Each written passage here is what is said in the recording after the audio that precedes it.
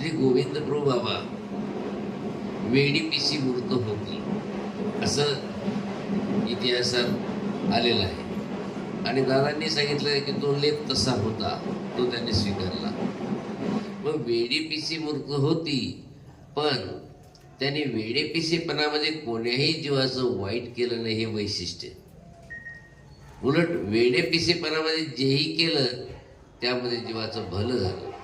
मग त्यांना वेडपिसं तरी कसं म्हणावं?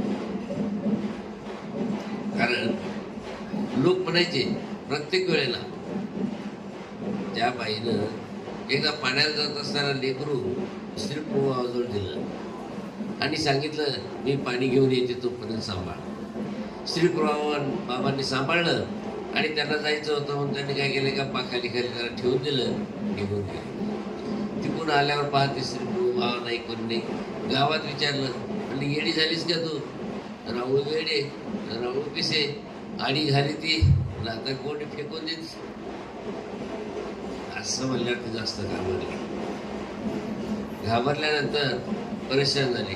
घरात जाऊन पाहते तेवढ्यात ते जे झाकलेलं होतं कपाशीच्या याच्यावर ते हल्लं. उघडून पाहतं बाळ व्यवस्थित होतं. म्हणजे राहुल वेडे नाही, राहुल पिसे नाही, राहुल माय, राहुल बाप व्यवस्थित लेकरू ठेवून गेले.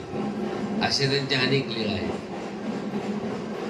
इतक्या लीळा आहेत त्यांच्या की खूप तुम्हाला सांगावंसं वाटतंय की ते वेडेपिसे नव्हतेच.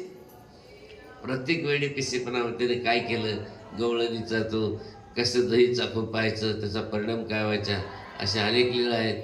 पण या ठिकाणी आता आपण सगळेजण मिळून श्री प्रभू बाबाची जयंती साजरी करूया. आणि मी आता येथेच थांबतो. सर्वज्ञ श्री गोविंद प्रभू भगवान की जय.